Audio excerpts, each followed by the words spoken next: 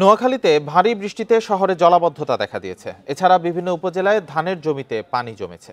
সকাল ৯টা পর্যন্ত গত ২৪ ঘন্টায় ১২০ মিলিমিটার বৃষ্টিপাত রেকর্ড করা হয়েছে এই জেলায়।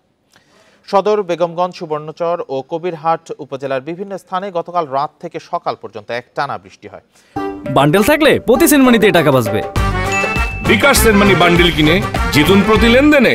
ড্রেনেজ ব্যবস্থা উন্নত না হওয়ায় মাইজদিতে বিভিন্ন স্থানে দেখা দিয়েছে জলাবদ্ধতার সমস্যা। ভারী বৃষ্টিতে বোরো ধানের ফসলি জমিতে পানি জমে গেছে, যার কারণে পাকা ধান কাটা, মাড়াই দেওয়া ও ঘরে তোলা নিয়ে বিপাকে পড়েন কৃষক। অনেক জায়গায় বৃষ্টি ও ঝোড়ো বাতাসে পাকা এবং আধা পাকা বোরো ধান হেলে পড়েছে। ক্ষতিগ্রস্ত জমি নিয়ে দুশ্চিন্তায় কৃষক। ধান দাইতে পারতেছি না পানির জন্য, এবং বৃষ্টি হইয়া আমাদের ধান পানির তলে হয়ে গেছে, কিছু পানির মধ্যে আছে। বৃষ্টির কারণে মালিকের ধান কাটতে পারতেছে না, আমরাও লইতে পারছি না। আমরা ১০-১২ জন মানুষ এখন বেকার ঘুরতেছি। পৌরসভার যে ড্রেনের ব্যবস্থাগুলা, এগুলা যেইটুকুই আছে, কিন্তু প্রত্যেকটা ড্রেন ব্লক করা, একটা ড্রেনও পৌরসভা কর্তৃক পরিষ্কার করা হয় না।